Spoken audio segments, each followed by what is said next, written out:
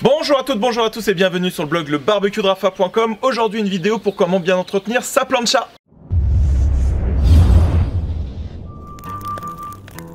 Alors j'ai dit comment nettoyer sa plancha, mais j'aurais pu dire nettoyer ses planchas parce qu'il existe différentes matières, de la fonte, fonte émaillée, acier émaillé, inox, et ça c'est une question qui revient énormément sur ma page Facebook, comment bien nettoyer et entretenir sa plancha. Tout le monde a sa propre méthode, mais on va venir remettre les choses bien à plat pour savoir comment bien entretenir sa plancha été comme hiver. Pour les planchas en fonte émaillée comme ça ou en acier émaillé, le système est à peu près similaire. Il suffit tout simplement de venir racler les derniers morceaux d'aliments qui restent après la cuisson, de venir les faire tomber dans le bac à graisse. Ensuite, avec de l'eau température ambiante, je peux venir déglacer et puis venir encore racler avec une spatule vraiment bien rigide les derniers morceaux.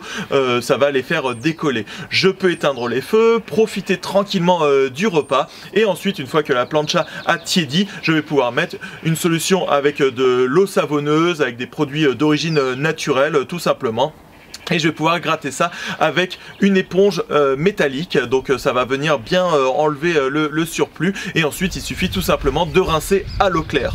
Ce que j'aime bien faire également, c'est de venir mettre un petit peu de vinaigre blanc pour enlever les odeurs, hein, si par exemple j'ai fait de la viande et que je vais faire du poisson ou l'inverse, pour éviter qu'il y ait une transmission d'odeur. Et une fois que j'ai bien rincé, je peux venir mettre un petit peu d'huile végétale sur un papier essuie-tout et puis venir le mettre sur la surface de la plancha, comme ça je suis sûr que ça va venir la protéger pour toutes les saisons et que ça ne collera pas sur mes prochaines cuissons.